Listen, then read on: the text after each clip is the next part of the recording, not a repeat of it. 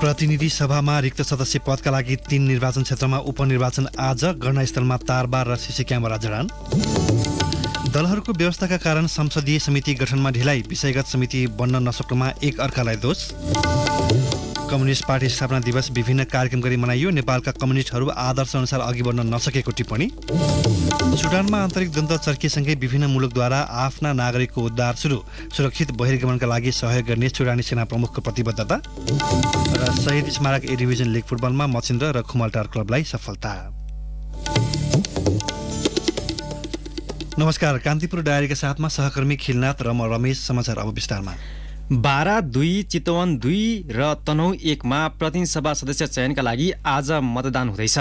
तीनवटै निर्वाचन क्षेत्रमा मतदानका लागि सम्पूर्ण तयारी पूरा भएको जिल्ला निर्वाचन कार्यालयहरूले जनाएका छन्। गर्मी बढी भएका कारण चितवन 2 का अधिकांश मतदान केन्द्रमा मतदाताका लागि टेन्ट व्यवस्था गरिएको छ।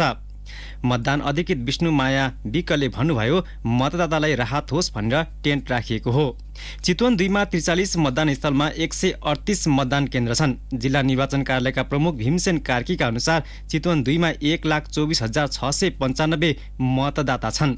यहाँ राजनीतिक दलका 12 र स्वतन्त्र 10 उम्मेद्वार छन्। तनहुँ 1 मा 69 मतदान स्थलमा 152 मतदान केन्द्र तोकिएको छ। मतदान गराउन 760 कर्मचारी खटाइएको जिल्ला निर्वाचन कार्यालय प्रमुख हरिप्रसाद ढकालले जानकारी दिनुभयो। तनहुँ 1 मा 1,23,305 मतदाता छन्। तनहुँमा राजनीतिक दलका 9 उम्मेद्वार छन्। निर्वाचनलाई भयरहित, निष्पक्ष र मर्यादित बनाउन सुरक्षा प्रबन्ध मजबुत बनाइएको तनहुँका प्रमुख जिल्ला अधिकारी छविलाल रिजालले बताउनुभयो। आइतबार बिहान 5 बजेदेखि साँझ 6 बजेसम्म निर्वाचन क्षेत्रमा पर्ने पृथ्वी राजमार्ग खण्ड र भित्री सडकमा सवारी साधन पूर्ण रूपमा बन्द रहने भएको छ। बारा 2 मा निर्वाचनलाई निष्पक्ष र मर्यादित बनाउन भन्दै नेपाल भारत 65 किलोमिटर सीमा नाका, जिल्लाभर प्रवेश गर्ने र बाहिरिने सम्पूर्ण नाका, मुख्य सडक, पूर्व पश्चिम राजमार्ग, सहायक राजमार्ग, पथलैया वीरगञ्ज सडक लगायतमा सुरक्षाकर्मी तैनात गरिएको छ। चितवन 2 को मतगणना भरतपुर दूरसञ्चार रोडमा रहेको निर्वाचन उद्योग सङ्घको प्रदर्शनी केन्द्रमा गर्ने तयारी छ। त्यहाँ तारजालीको छेकबार र सीसीटीभी क्यामेरा व्यवस्था गरिएको छ।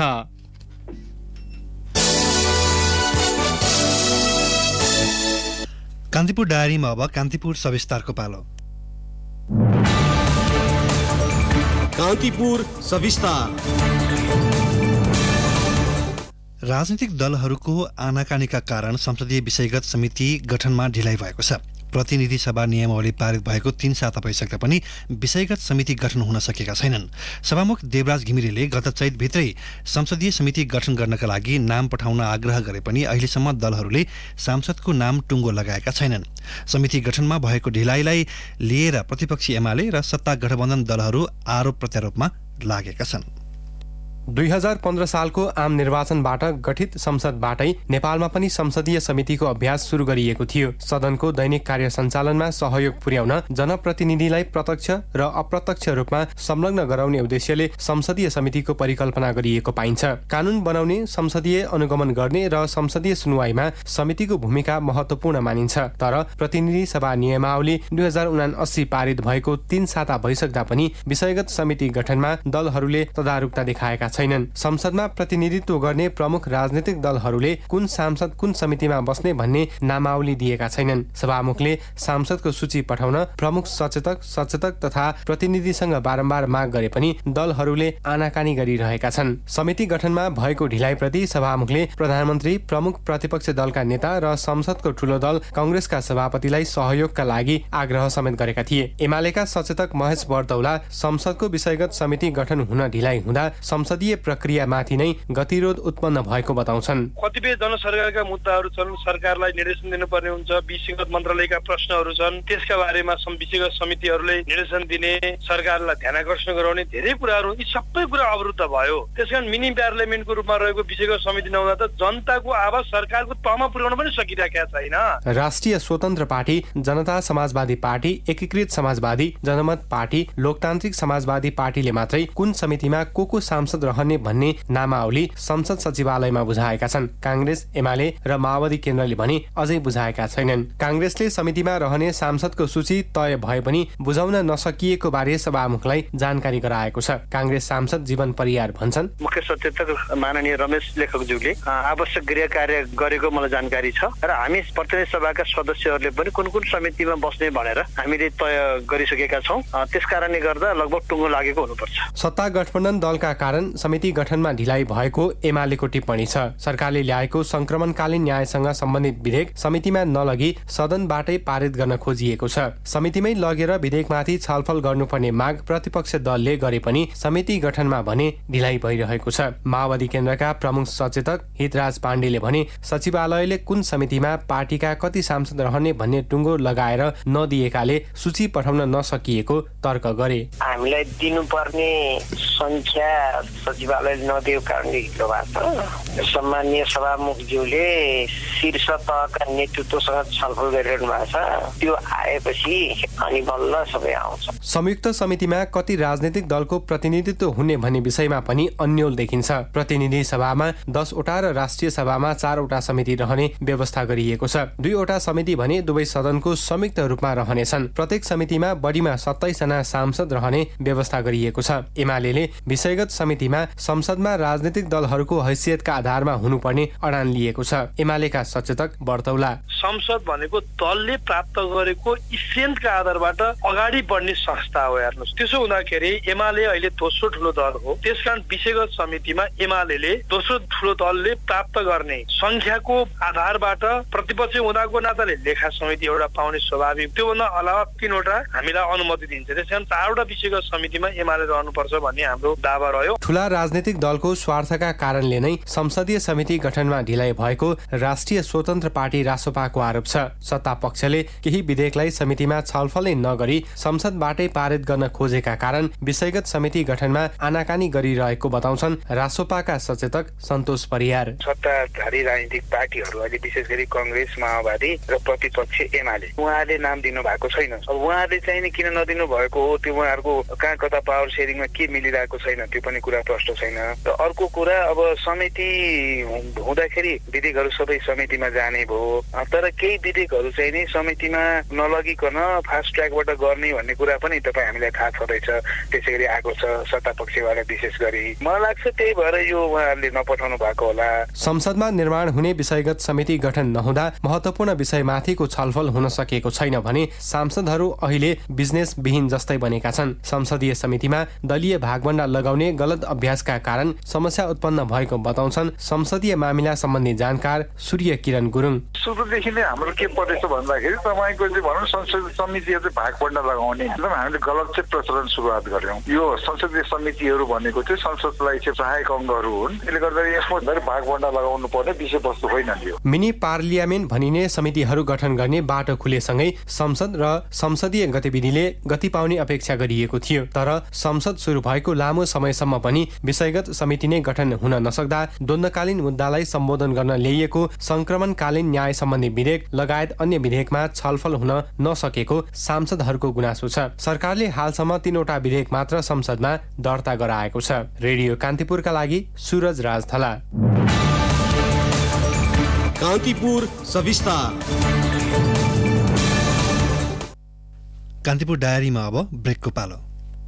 ब्रेकपछि अब बाँकी प्रसङ्ग। कम्युनिस्ट पार्टीको 14औं स्थापना दिवस वाम घटकहरूले विभिन्न कार्यक्रम गरी मनाए। सरोहरा वर्गका नेता एवं समाजवादी क्रान्तिका नायक लेनिनको 153औं जन्म जयन्ती तथा कम्युनिस्ट आन्दोलनको सङ्गठनात्मक सुरुवात भएको दिनको सम्झनामा कम्युनिस्ट पार्टीहरूले देशभर विविध कार्यक्रम गरी मनाएका छन्। स्थापनाको 7.5 दशकको इतिहासमा पटक पटक शासन सत्ता चलाएका कम्युनिस्ट पार्टीले पार्टी विभाजनको मार मात्र खेपेका छैनन्, कम्युनिस्ट आदर्श र मूल्य मान्यता अनुसार चल्न नसकेको आरोप खेपिरहेका छन्। एक रिपोर्ट। सत्ता र शक्तिको मोहमा रुमल्लिएको आरोप लाग्ने गरेका नेपालका कम्युनिस्ट पार्टीहरूभित्र विचार विमेलको इतिहास कम छैन। विभाजनको मार खेप्दै आएका कम्युनिस्टहरू अहिले एकअर्काका मुख्य प्रतिस्पर्धी जस्तै बनेका छन्। कम्युनिस्ट दिवसको अवसरमा भिन्नाभिन्दै सभाको आयोजना गरेका मुख्य कम्युनिस्ट पार्टीका नेताहरूले वाम एकताको आवश्यकता औँलाए पनि उनीहरूको अभिव्यक्ति कम्युनिस्ट नेतृत्वको विरुद्धमा थियो। एमाले आयोजना गरेको कार्यक्रममा अध्यक्ष केपी शर्मा ओली भन्दै थिए, नेताहरू हामीले चाखिसक्यौँ, कसैले पनि बेकार हँसिया हतौडा अङ्कित झण्डा बोक्नु, रातो झण्डा बोक्नु, कम्युनिस्ट नाम राख्नु बेकार छ। 2/3 पुर्यायौँ हामीले, पार्टी विस्तार गरेर, पार्टी निर्माण गरेर, पार्टी एकता गरेर, पार्टी एकीकरण गरेर 2/3 पुर्यायौँ। तर नेताहरूमा टुप्पामा बस्ने नेताहरूलाई सही सक्नु भएन र उनीहरू बिके। यत्तिकै उनीहरूले भोलेन्टरीली कम्युनिस्ट पार्टी ध्वस्त पारेको होइन होला, कुनै कारण बिना कम्युनिस्ट पार्टी ध्वस्त पारेको होइन होला। सस्तो मूल्यमा, के कस्ता मूल्यमा त्यो उहाँहरूले जान्ने कुरा हो। बाहिरबाट देखिने कतिपय ससाना कुराहरू त हामी पनि देख्छौँ, तर भित्रका कुरा हामीलाई थाहा छैन। यसो त एकीकृत समाजवादी पार्टीका अध्यक्ष माधव कुमार नेपालले शुद्ध कम्युनिस्ट खोज्नुपर्ने समय आएको टिप्पणी गरेका छन्। एमालेबाट विभाजित भएर नयाँ पार्टी खोलेका नेपालले वाम एकता आवश्यकता रहे पनि पूर्व पार्टीप्रति लक्षित गर्दै भने, यस देशमा एक भन्दा बढी सर्वहाराको पार्टीको रूपमा वैचारिक मतभिन्नताका बावजुद पनि कम्युनिस्ट पार्टीहरूको बीचमा आपसी सहकार्य गर्नुपर्दछ। अब हामी मात्रै पक्का शुद्ध कम्युनिस्ट पार्टी बनौँ भने अर्को पार्टी छ नेकपा माओवादी केन्द्र, माओवादी पार्टी त बनौँ नेकपा एमाले भइदिएछ। फेरि जुन पार्टी मैले नै बनाएको।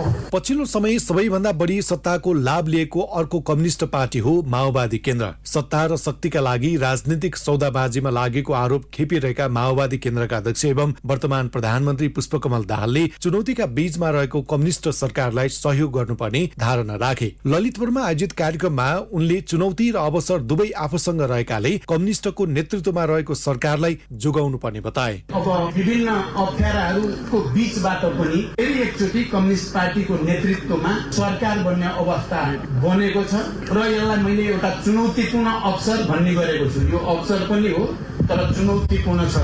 राष्ट्रको एकता र स्वाधीनतालाई अझ बलियो बनाउने चुनौती, विभिन्न खालका अप्ठ्याराहरूको बीचमा अर्थतन्त्रमा देखा परेको सङ्कटलाई समाधान गर्ने चुनौती, अनि भ्रष्टाचार र विकृति, विसङ्गति र अराजकता जो देखिन खोजेको छ, इतिहासको चक्कालाई पछि धकेल्न खोज्ने प्रवृत्ति जो देखा पर्न खोजेको, त्यसलाई रोक्ने चुनौती, धेरै खालका चुनौतीको बीचमा फेरि यो अवसर पनि हो। पछिल्लो दशकमा सबैभन्दा धेरै पटक कम्युनिस्ट नै सरकारको नेतृत्व गरेका छन्, तर उनीहरू बीचको विभाजनले कमजोर बनाइरहेको छ। अघिल्लो पटक मिलेर चुनाव लड्दा पहिलो शक्ति भएको नेकपा विभाजनपछि गत निर्वाचनपछि भने छिन्न भिन्न भएका छन्। एमाले र माओवादी केन्द्रपछि संसदमा रहेको अर्को कम्युनिस्ट पार्टी एकीकृत समाजवादी समेत आन्तरिक विवादमा रुमल लिएको देखिन्छ। विधि र पद्धति बिनै बढ्दो महत्वाकांक्षाका कारण कम्युनिस्ट पार्टीहरूमा देखिएको राजनीतिक स्वार्थले कम्युनिस्ट आन्दोलन नै कमजोर भएको टिप्पणी हुने गरेको छ। पुराना कम्युनिस्ट नेता राधाकृष्ण मैनाली भन्छन्, पहिलो कुरो त अहिलेको यो लिडरसिप जुन छ,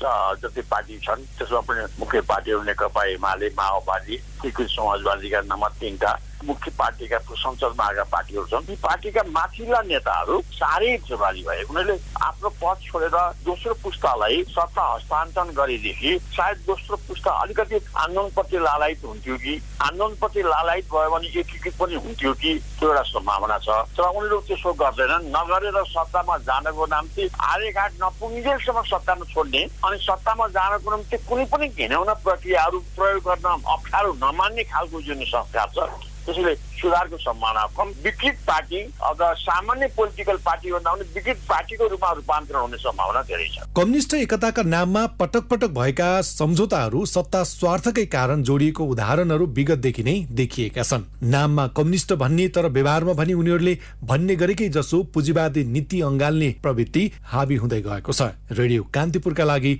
सन्तोष गन्धर्व। यसैबीच एकीकृत समाजवादी पार्टी परित्याग गरेका मुकुन्द न्यौपाने एमालेमा प्रवेश गर्नुभएको छ। गत चैत्र 25 गते पार्टी परित्याग गरेका न्यौपाने अन्ततः पुरानै पार्टी एमालेमा फर्किनु भएको हो। हिजो 74औं स्थापना दिवसका अवसरमा आयोजित कार्यक्रममा अध्यक्ष केपी शर्मा ओलीले न्यौपानेलाई प्रवेश गराउनु भएको थियो। न्यौपानेले पार्टीभित्र गठबन्धनको आडमा सत्ता केन्द्रित राजनीति बढेको भन्दै भविष्य नभएको पार्टीमा बसिरहन उपयुक्त नहुने अभिव्यक्ति दिनुभएको थियो। यसैगरी एकीकृत समाजवादीका अन्य 30 नेता कार्यकर्ता एमालेमै फर्किएका छन्।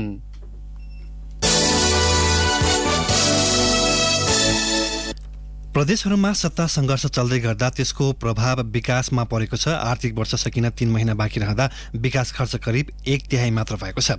हालसम्मको तथ्याङ्क अनुसार मधेस र कर्णालीमा विकास खर्च अत्यन्तै न्यून छ। प्रदेश लेखा नियन्त्रक कार्यालयका अनुसार चैत मसान्तसम्म पुँजीगत तर्फ मधेसमा 22% र कर्णालीमा 22.12% मात्रै खर्च भएको छ। कर्णालीका प्रदेश लेखा नियन्त्रक मानबहादुर बम कर्णालीमा ठूलो आकारका बहुवर्षीय योजनाभन्दा टुक्रे योजना धेरै हुने, साबिक कर्णालीमा दोस्रो चौमासिक मङ्सिर फागुनका काम नहुने, आर्थिक वर्षको अन्त्यतिर कार्यक्रम संशोधन र रकमान्तर गर्ने प्रविधिका कारण विकास खर्च लक्ष्य अनुसार हुन नसकेको बताउँछन्। कर्णालीमा पुँजीगतको तुलनामा चालुतर्फ अधिक खर्च भए पनि मधेसमा भने चालु खर्च नै न्यून छ। चैत मसान्तसम्म कर्णालीमा करिब 33% र मधेसमा 21% चालु खर्च भएको छ। त्यसैगरी मध्य प्रदेशमा पुँजीगततर्फ 25 अर्ब 98 करोड 9 लाख रुपियाँ विनियोजन गरिएकामा चैत मसान्तसम्म 5 अर्ब 68 करोड 43 लाख रुपियाँ खर्च भएको प्रदेश लेखा नियन्त्रक राधेश्याम गिरीले बताउनुभयो।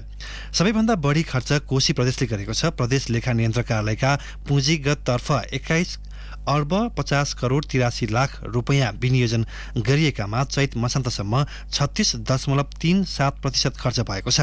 चालुतर्फ 14 अर्ब 87 करोड 84 लाख रुपियाँ विनियोजन गरिएकामा 49.49% खर्च भएको छ। कोशीपछि लुम्बिनी प्रदेशले पुँजीगत खर्च बढी गरेको छ। लुम्बिनीले पुँजीगत तर्फ 7 अर्ब 75 करोड 17 लाख रुपियाँ र चालुतर्फ 7 अर्ब 26 करोड 50 लाख खर्च गरेको छ। पुँजीगत खर्च बढी गर्नेमा गण्डकी प्रदेश तेस्रो स्थानमा छ। गण्डकीले पुँजीगत तर्फ 22 अर्ब 14 करोड 1 लाख रुपियाँ विनियोजन गरेकामा चैत मसान्तसम्म 6 अर्ब 25 करोड 59 लाख 45 हजार रुपियाँ खर्च गरेको छ। बागमती प्रदेशमा पुँजीगतको तुलनामा चालु खर्च अधिक छ। पुँजीगत तर्फ 41 अर्ब 56 करोड 24 लाख रुपियाँ विनियोजन गरिएकामा चैत मसान्तसम्म त्यसको 24% मात्रै खर्च भएको छ। सुदूरपश्चिम प्रदेशले पुँजीगत खर्च 28% गरेको छ। चालु आर्थिक वर्षमा 24 अर्ब 19 करोड 63 लाख 50 हजार रुपियाँ विनियोजन गरिएकामा चैत मसान्तसम्म 6 अर्ब 77 करोड 32 लाख 61 हजार रुपियाँ खर्च भएको छ।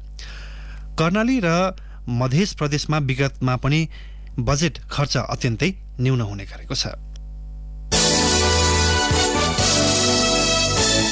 गण्डकी प्रदेशका मुख्यमन्त्री खगराज अधिकारीले प्रदेशसभा बैठकमा पेश गर्नुभएको विश्वासको मतको प्रस्ताव बहुमतले अस्वीकार भएको छ। अधिकारीले सो प्रस्ताव हिजोको प्रदेशसभा बैठकमा पेश गर्नुभएको थियो। उहाँको प्रस्तावको पक्षमा 24 र विपक्षमा 35 मत परेको थियो। एमालेको 22 र राप्रपाका 2 सांसदले मात्रै मत दिएका थिए। माओवादीका 7, कांग्रेसका 27 र स्वतन्त्र सांसदले विपक्षमा मत दिएका थिए। उहाँले संविधानको धारा 188 को उपधारा 2 बमोजिम विश्वासको मत माग गर्नुभएको थियो। 60 सदस्यीय प्रदेशसभामा सरकार बन्न 31 मतको आवश्यकता पर्दछ। प्रदेशसभामा कांग्रेसको सबैभन्दा धेरै 27 सिट छ। एमालेको 22 सभामुख सहित माओवादी केन्द्रका 8, राप्रपाका 2 र स्वतन्त्र 1 सांसद छन्। एमाले संसदीय दलका नेता अधिकारीले माओवादी केन्द्र र राप्रपाको समर्थनमा गत पुस 25 मा मुख्यमन्त्रीमा नियुक्त भई पुस 29 मा विश्वासको मत समेत लिनुभएको थियो। केन्द्रीय सत्ता समीकरण फेरिएसँगै गण्डकीमा पनि माओवादी केन्द्रले चैत्र 10 मा सरकारलाई दिएको समर्थन फिर्ता सहित मन्त्रीले राजीनामा दिएपछि अधिकारी नेतृत्वको सरकार अल्पमतमा परेको थियो। अख्तियार दुरुपयोग अनुसन्धान आयोगले निजी क्षेत्रको पनि अनुसन्धान गर्न पाउने गरी कानून संशोधन गर्न लागि प्रति नेपाल चेम्बर अफ कमर्सले आपत्ति जनाएको छ। निजी क्षेत्रलाई अख्तियारको दायराभित्र ल्याउने व्यवस्था संविधान अनुकूल नहुने र यसले उद्योगी व्यवसायको मनोबल घटाउने चेम्बरको दाबी छ। निजी क्षेत्रमा नियमन गर्ने सम्बन्धित निकाय हुँदाहुँदै थप अख्तियारको क्षेत्राधिकारभित्र पार्न खोज्दा बेथिति बढ्ने र उद्योगी व्यवसायी हतोत्साही हुने चेम्बरले जनाएको छ। अख्तियार दुरुपयोग अनुसन्धान आयोग ऐन 2048 लाई संशोधन गर्न बनेको विधेयक उत्पत्ति हुँदा त्यस्तो व्यवस्था नभएको चेम्बरले ध्यानकर्षण गराएको छ। विज्ञप्तिमा भनिएको छ अख्तियारले निजी क्षेत्रमा पनि अनुसन्धान गर्न सक्ने व्यवस्था समावेश गरी राष्ट्रिय सभाबाट प्रतिनिधि सभामा पठाएको प्रति चेम्बरको गम्भीर असहमति छ। अख्तियारको कार्य क्षेत्रभित्र निजी क्षेत्रलाई समावेश गर्न नहुने चेम्बरका अध्यक्ष राजेन्द्र मल्लले बताउनुभयो। मुलुकको अर्थतन्त्र हाल जोखिममै रहेका बेला निजी क्षेत्र थप संकुचित हुने र नकारात्मक असर पर्ने गरी कानुनी व्यवस्था नगर्न चेम्बरले संघीय संसदमा ध्यानकर्षण समेत गराएको छ। कान्तिपुर डायरीमा पुनः ब्रेकको पालो। ब्रेकपछि अब आर्थिक प्रसङ्ग। सुखयाम लम्बिएसँगै यस वर्ष विद्युत उत्पादन आयात र आपूर्तिमा असन्तुलन देखिएको छ। फलस्वरूप औद्योगिक क्षेत्र समस्यामा परेका छन्। वीरगञ्ज, भैरवा, सुनसरी, चितवन, हेटौडा लगायत क्षेत्रका उद्योग विद्युत कटौतीको समस्यामा रहेका छन्। नदी प्रवाही आयोजना र भारतीय बिजुलीको भरमा रहेको हिउँदको विद्युत प्रणालीमा उत्पादन, आयात र मागको समस्या देखिएपछि उद्योगमा बिजुली अनियमित हुन थालेको हो। औद्योगिक क्षेत्रले यति बेला प्रतिदिन 8 देखि 12 घण्टासम्म बिजुली कटौतीको समस्या भोगिरहेको उद्योगी बताउँछन्। नेपाल विद्युत प्राधिकरणले बिना तालिका बिजुली कटौती गर्न थालेपछि उद्योग धरायसी अवस्थामा पुगेको उद्योगीहरूको भनाइ छ। प्राधिकरणले जानकारी नदिई बिजुली कटौती गरेको भन्दै तराईका उद्योगीले समस्या समाधानका लागि भन्दै विद्युत कार्यालय घेराउसम्मका कार्यक्रम सुरु गरेका छन्। तालिका बिना बिजुली कटौती गरेको भन्दै मोरङ व्यापार सङ्घले आइतबार प्राधिकरणको सुनसरी दुहबी शाखा घेराउको कार्यक्रम राखेको छ। सुनसरी मोरङ औद्योगिक करिडोरमा बारम्बार लाइन कटौती भएपछि आफूहरू बाध्य भएर आन्दोलनमा उत्रिनु परेको नेपाल उद्योग वाणिज्य महासङ्घका केन्द्रीय सदस्य तथा मोरङ व्यापार सङ्घका अध्यक्ष नवीन रिजालले बताउनुभयो। अब अन्तर्राष्ट्रिय प्रसङ्ग। सुडानमा आन्तरिक द्वन्द्व चर्किएसँगै विभिन्न मुलुकले आफ्ना नागरिकको उद्धार गर्न थालेका छन्। साउदी अरेबियाले हिजो मात्र 91 जना नागरिकलाई उद्धार गरेको छ। कतार, पाकिस्तान, युएई र क्यानाडाका अन्य 66 जनालाई समुद्र मार्फत सुरक्षित उद्धार गरिएको छ। त्यस्तै बेलायत, अमेरिका, फ्रान्स, चीनले समेत आफ्ना नागरिक फिर्ता लाने तयारी गरिरहेको सुडानी सेनालाई उद्धृत गर्दै बीबीसीले जनाएको छ। सुडानका सेना प्रमुख फताह अल बुरहानले विदेशी नागरिकलाई सुरक्षित बहिर्गमनका लागि सहयोग गर्ने प्रतिबद्धता समेत जनाउनु भएको छ। सुडानमा अर्ध सैन्य शक्तिको ऱ्यापिड सपोर्ट फोर्ससँग सेना प्रमुख फताहको शक्ति सङ्घर्षले युद्ध चुलिएको हो। अब खेल समाचार। शहीद स्मारक ए डिभिजन लिग फुटबलमा शीर्ष स्थानको जावलाखेल युथ क्लब विजयी भएको छ। त्रिपुरेश्वर स्थित दशरथ रङ्गशाला भएको खेलमा जावलाखेलले चर्च बोइज युनाइटेडलाई 1-0 गोल अन्तरले हराएको हो। जावलाखेलको जितमा एनकोटो मेसाबीले निर्णायक गोल गरे। यसअघि हिजै भएको अर्को खेलमा मचिन्द्र र खुमलटार विजयी भएका छन्। ललितपुरको च्यासल स्थित एन्फाको मैदान भएको खेलमा मचिन्द्रले फ्रेन्ड्स क्लबलाई 2-1 गोल अन्तरले पराजित गरेको हो। मचिन्द्रका लागि चेन्चो ग्याल्सेन र देवेन्द्र तामाङले 1-1 गोल गरे। फ्रेन्ड्सका लागि रफिक इमानुले 1 गोल फर्काए। यसैबीच खुमलटार युथ क्लबले मनाङ मर्साङदीलाई 2-1 गोल अन्तरले पराजित गरेको छ। खुमलटारका लागि विदेशी खेलाडी मेसुके ओले मौले 2 गोल गरे। मनाङका लागि टिमोथी कोडुले 1 गोल फर्काए। अब मौसम सम्बन्धी जानकारी। काठमाडौँ उपत्यका सहित मुलुकका अधिकांश स्थानमा आज मौसम सामान्यतया सफा रहने जल तथा मौसम विज्ञान विभागले जनाएको छ। पहाडी क्षेत्रका केही स्थानमा आंशिक बदली रही अपराह्न हल्का वर्षाको सम्भावना रहेको विभागको अनुमान छ। काठमाडौँ उपत्यकाको अधिकतम तापक्रम 29 डिग्री सेल्सियस पुग्नेछ। सूर्योदय बिहान 5:32 भए सूर्यास्त साँझ 6:33 हुनेछ। हवस् त यिनै प्रसङ्गसहित बिहान 6:30 बजेको कान्तिपुर डायरी अहिले यहीँ सकिन्छ। हाम्रो अर्को बुलेटिन बिहान 8 बजे डेभलपमेन्ट एन्ड इकोनोमिक्स डायरी हुनेछ। अहिलेलाई सहकर्मी खिलनाथ र म रमेश बिदा हुन्छौँ। नमस्कार।